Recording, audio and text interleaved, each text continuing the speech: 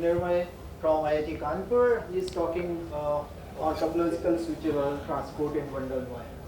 So it's 8 minutes and 2 minutes. Okay. Yeah, sure.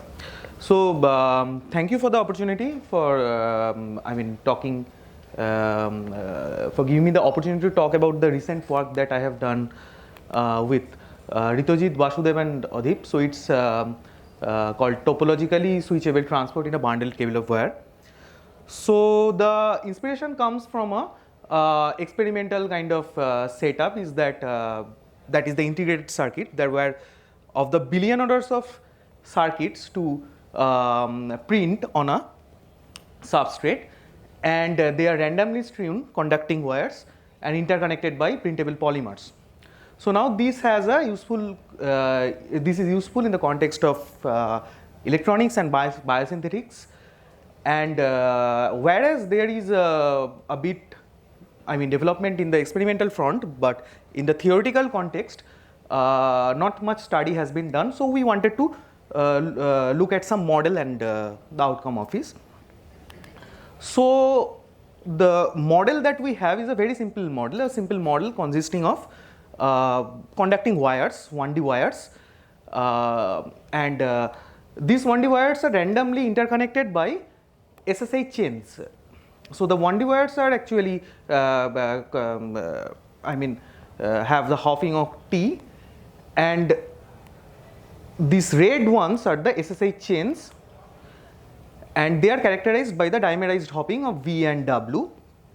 And what is to note is that the insides of the SSH chains are shared by the metallic chains. The consequence of it we will see is something like that.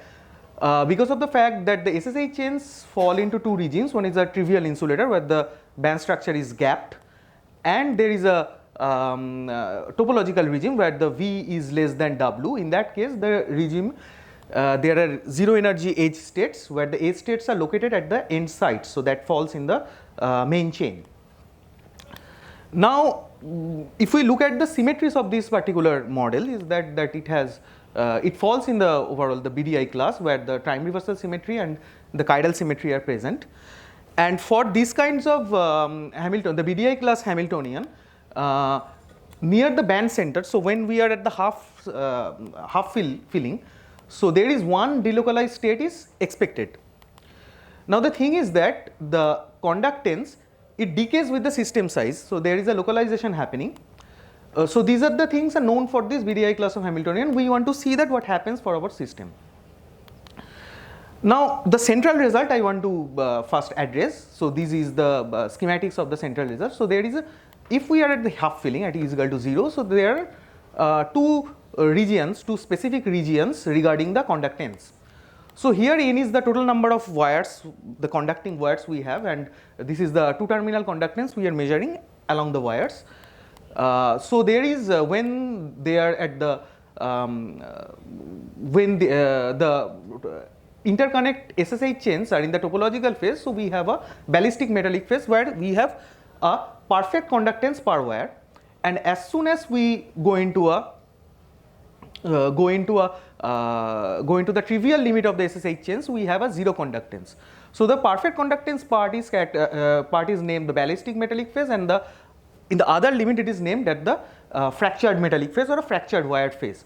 So this kind of sharp transition from a perfect conduction to a zero conductance, so we call it a topological switching. Now if we move away from the half filling, so what happens is that the system localizes. Now the system might be localized by the zero mode of the SSH chains, so that we call a zero mode dominated and Anderson insulator. This part, the AIZM part, we signify here. And there is the other part is the bulk mode dominated, the bulk mode mediated Anderson insulator. So which is the blue part here. So this is the kind of the phase diagram we have here. So x-axis is the energy and the y-axis is the V by W ratio with that. So here this particular yellow line is what we get is this switching. So now if we want to look at a kind of bundled cable of wire, so it is better we characterize it by a two wired system, much more simple system. So before going to that, the typical scales we have here is this is the hopping scale, the hopping energy scale, and this delta is the gap scale of the bulk gap scale of the SSH chains, and this is the localization length of the SSH chains as well. So now for the characterization of a junction, so we considered just two wires, simple wires, metallic wires, and connected by one SSH chain. Now one thing we could do is that we impose a periodic boundary condition in these two directions, and we plot the spectrum. And that spectrum, we see that, so there is a transition between the topological part to the trivial part. So we see that in the trivial part, the degeneracy of the topological rings that they are forming, that breaks, and we see that there are some energy levels that actually joins the bulk states of the SSH chains.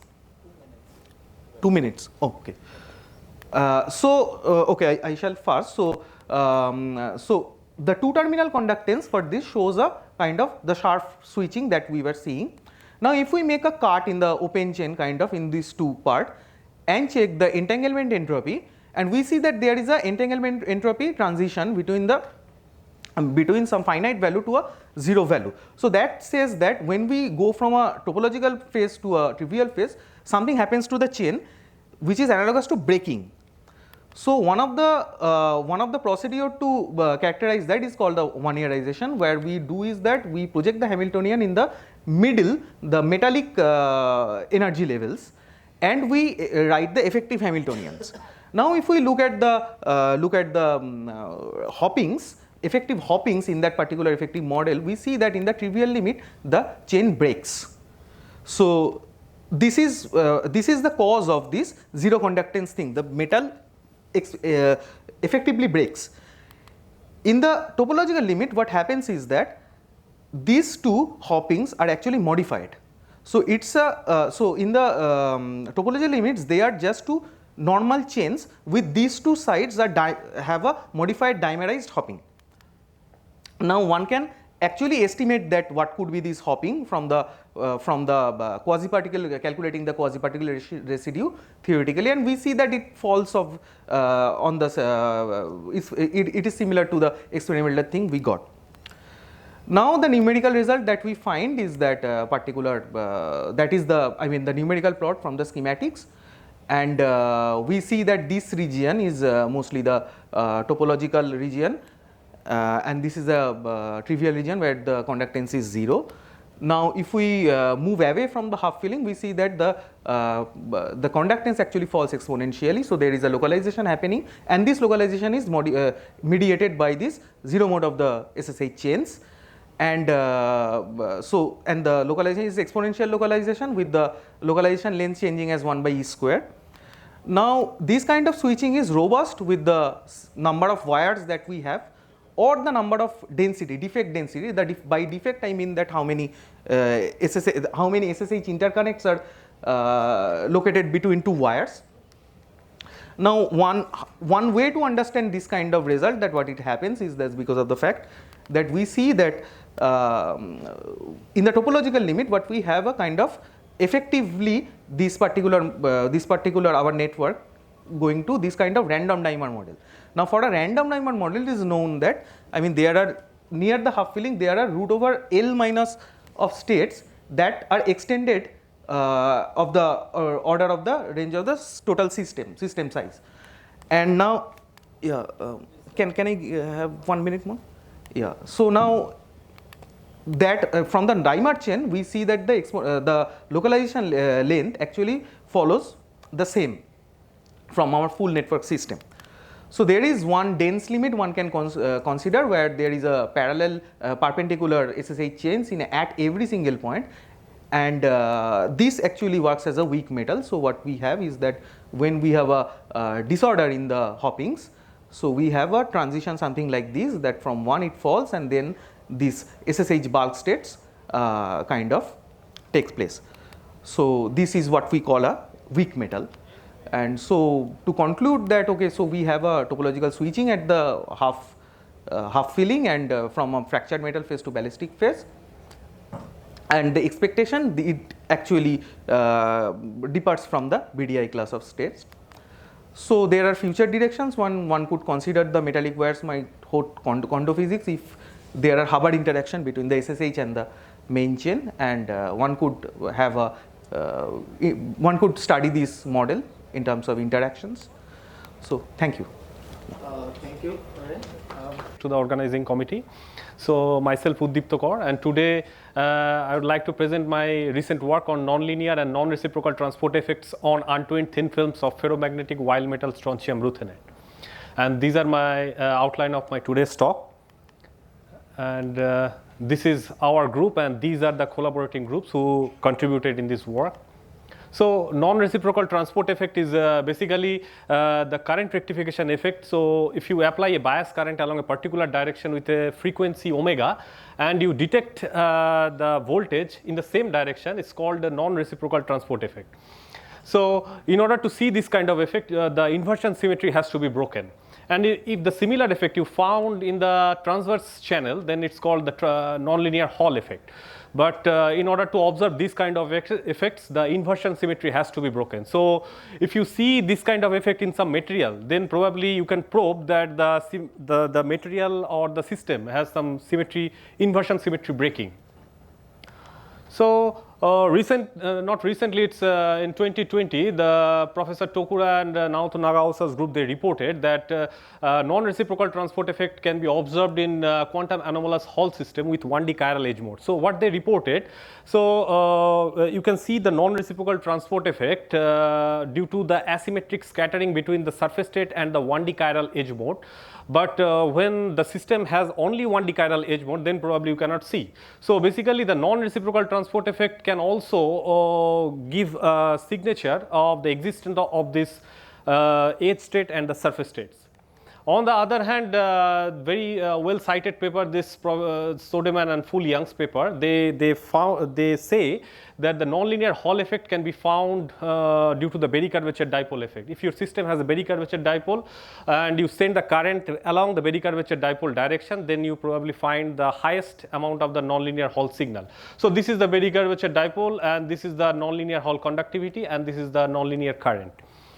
And for our system, if we calculate, the nonlinear Hall signal is basically proportional to the sine alpha. So alpha is basically the bias the angle between the bias current and 001 orthorhombic direction. So if you want to explore this nonlinear Hall signal, then probably you have to study the bias current direction dependent nonlinear Hall signal. And this is the first report for bilayer WT2 where they find the nonlinear Hall signal due to the breaking of inversion symmetry in this system. So right now this is already reported, and by us and some other groups also, the presence of wild metal phase in strontium ruthenate 113 phase grown on strontium titanate 001 substrate based on the thickness dependent quantum oscillation is known as the Weil orbit effect. And this kind of effect is basically found for a particular thickness regime, is a 10 to 15 nanometer thickness regime. And that's why we grow 13.7 nanometer of thin film of strontium ruthenate, and we pattern the thin film into sunbeam device structure. So these are the 16 Hall bar devices you can see, and separated by 22.5 degree, and the yellow patches are the gold pads to make the ohmic contacts. So and we send the bias current along different direction to study the linear and nonlinear signals, the resistance signals. So first of all, we confirm that our thin film is a single domain by the phi scan, X-ray phi scan, and then the resistivity anisotropy about 20% also further suggests the thin film is a single domain structure. And then we studied, suppose for this device, suppose we send the bias current along 001 direction, suppose this is the Hall bar device, and we studied the longitudinal first harmonic signal, and longitudinal second harmonic signal, and longitudinal transverse signal.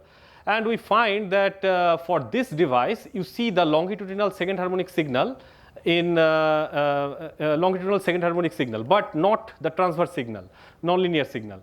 And then when we study for this device, when we send the bias current along 11 bar 0, we find the transverse signal has a nonlinear signal. So it's kind of orthogonal. So if we summarize for all the devices Hall-bar geometry, and then we can see the nonlinear Hall signal is basically shows the sin alpha dependence, which we calculated also based on the Berry curvature dipole approximation. And that's why we believe that this nonlinear Hall signal is basically coming from the Berry curvature dipole present in the system. And the nonlinear longitudinal signal shows the orthogonal feature which is proportional to the cos alpha.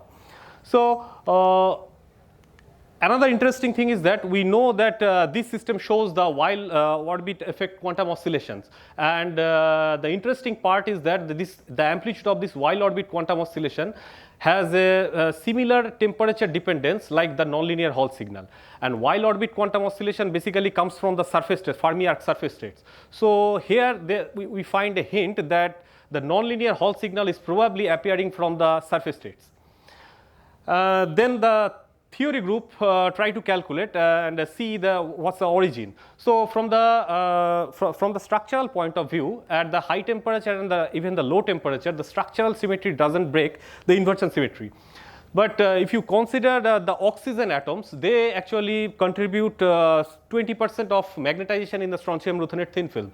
And if you consider, and the magnetization is non-collinear for the oxygen atoms. So based on that, if you calculate, and they also calculate the while nodes, which are, or the while band structure, they are tilted also. So based on these two features, you can, the bulk Berry curvature dipole can be generated, which can give rise to nonlinear Hall signal. Okay, but the experimentally calculated Berry curvature dipole is way higher, few orders of magnitude higher than the theoretically calculated one. So this cannot explain our nonlinear Hall signal. And then we also try to do some scaling plot, but the scaling plot also, you can see below 10 Kelvin the nonlinear Hall signal shoots up exponentially, and no existing mechanism can describe this kind of nonlinear Hall signal. So based on all those study, we try to explain our data like that. So from the theoretical study, if you see this yellow regime, this is a non-zero Chern number regime. So these are the while nodes, and because there is a non-zero Chern number, it can give rise to 1D chiral edge mode, and that 1D chiral edge mode could give rise to non-reciprocal transport effect in the longitudinal channel. And this Berry curvature dipole along 1,1/0 orthorhombic direction can give rise this nonlinear Hall signal. So that's how we try to explain our data. But there are some open questions also, like this Berry curvature dipole along 1,1/0 orthorhombic direction is basically based on the experimental data, because along 1,1/0 orthorhombic direction, the nonlinear Hall signal is the maximum. And the possible Berry curvature dipole and quantum metric dipole, these are coming from bulk state or surface state. That also is not very clear. But from the bulk state, it's not coming. That we confirm from the theoretical calculation. So there are some other options also, like the divergence of Berry curvature at the hot line, like between surface and bulk states, could give rise to the nonlinear Hall signal. That could be one of the reason. And this is one of the report, very well cited report, this MnBI to TE4. Here this is a PT symmetric system, and this is antiferromagnetic system. But the strontium ruthenate thin film is PT asymmetric. So this also cannot describe our finding. So finally, two things we believe, that the surface states or the strong correlation at the low temperature could give rise this nonlinear Hall signal. So that's our belief. So that's all. Thank you. Thanks for listening. So, any question? Nice. Yeah, thanks. So this non-linearity distance Yeah. is only from the oxygen, or that's what you? No, that's what the theory group first started to calculate, because if you see the structural properties in the room temperature and even the low temperature, it doesn't break the inversion symmetry. So that's why they try to break the inversion symmetry, seeing the magnetic moments on the oxygen atoms. But based on that, they calculated, but the calculated results is way lower than the experimental results. So Oxygen breaks the symmetry, or disorder in oxygen? no, the magnetic moments on oxygen atoms at the low temperature, yeah, they break in this system. Okay, thank you. Yeah. Okay, just one What exactly the take home for this Gaussian looks like in your class? So we believe this the nonlinear Hall signal is basically coming from the surface states or the strong correlation at the low temperature, because the resistivity versus temperature, if you see in the low temperature below 10 Kelvin, it's rho versus T square linear. Yeah. Okay, thanks. Yeah, maybe later we can discuss. Sure. Thank you. Thank you. Thanks. So if I project these while nodes on the surface Brillouin zone, there are states which on the surface which connect these while nodes. They are called Fermi arcs. So that's the basic introduction that we require. Next is magnetic while semimetal. So this particular material CO3SN2S2, it is a layered material and it has a lot of fascinating properties because of which a lot of experiments are going on this material. But the main important property again for what I want to explain further is that this material has Fermi arcs which have a substantial amount of low energy density of states. So if at all I try to calculate or study some kind of response emerging from the Fermi arcs, I get a good enough response because it has a lot of low energy density of states on the surface. And also the bulk possesses inversion symmetry. As you can see in the diagram itself, the bulk, even though it's a layered structure, if I invert, it's the same. So basically the bulk possesses inversion symmetry. Next, it's photogalvanic effect. So if I subject linearly polarized light on a material which is non-centrosymmetric, at the second order, I can get DC current, and that DC response is called linear photogalvanic effect.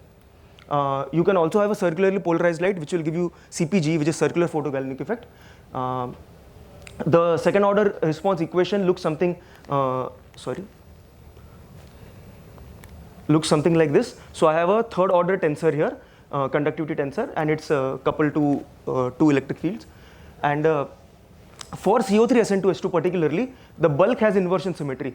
So because we require a non-centrosymmetric material, the entire LPG response will come from the surface because surface will break inversion symmetry.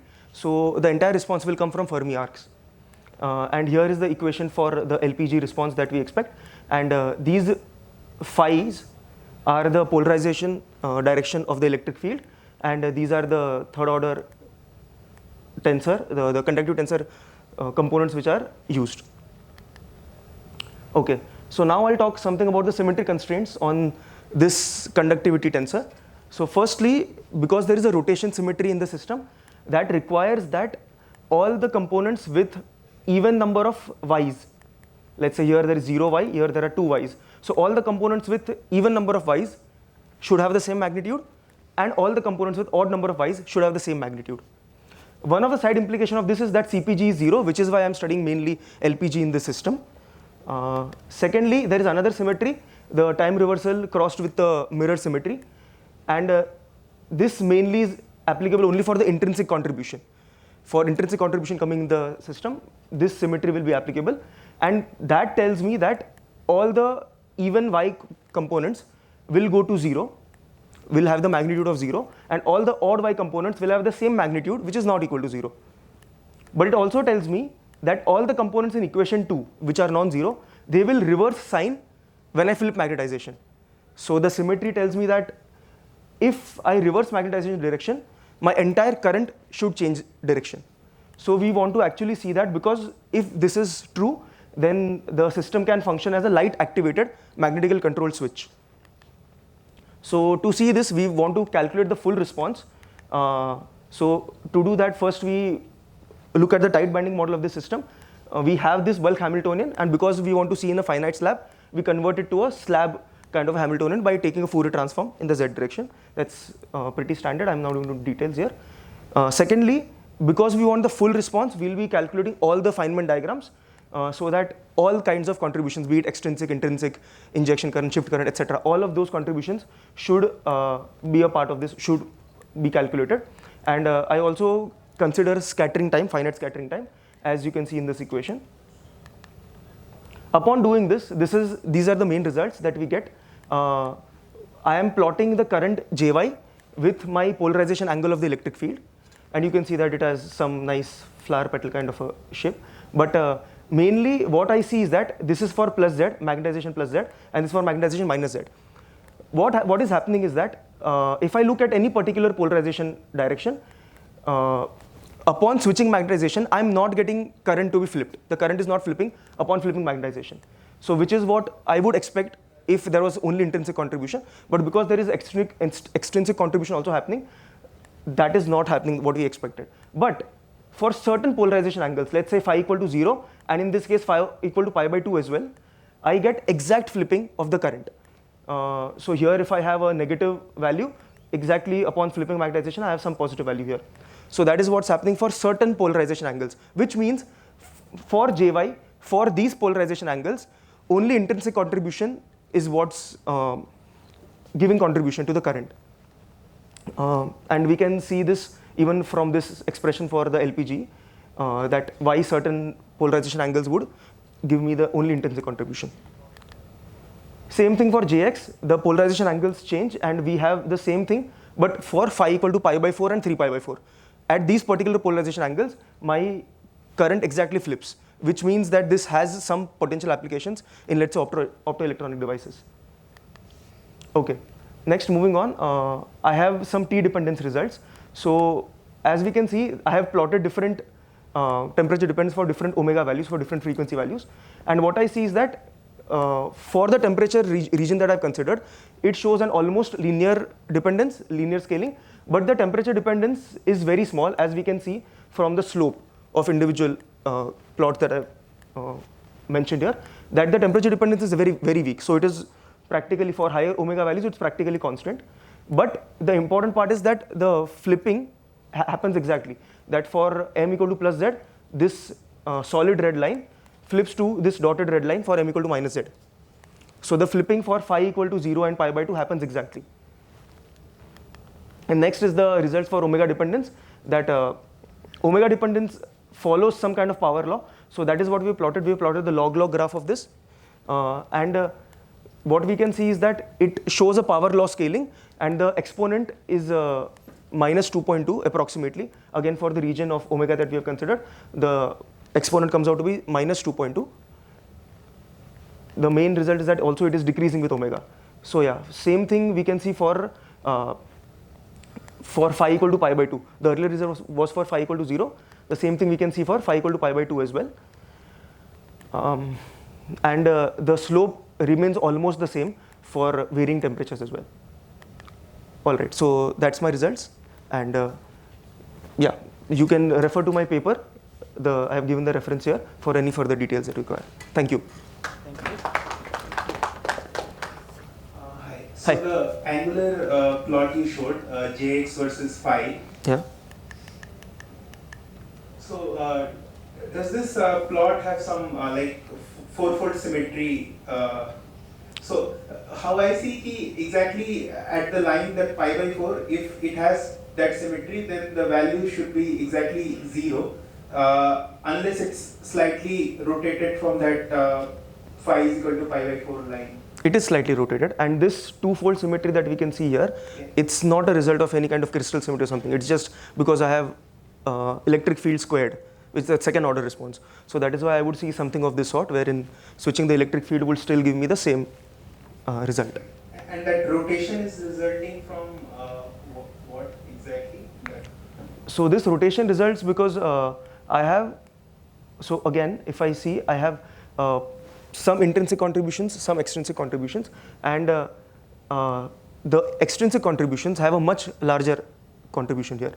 So for all these other angles, what happens is that extrinsic part is contributing the most, which is what gives me the slight tilt. Thanks. Yeah.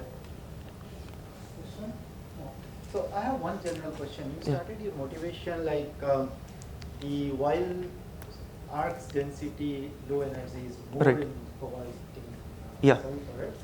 But that is also the case for non-symmetric semiconductors. That is the only motivation for picking up the system or something else? So for picking up the system, as I mentioned, there were, because this system also has a lot of other very interesting things like magneto-optical effects and all of that. So there are a lot of experimental work going on in this metal. So along that line, we also wanted to explore what happens when. No, sure, that's okay. Sure. Yeah. Thank you. Thank you.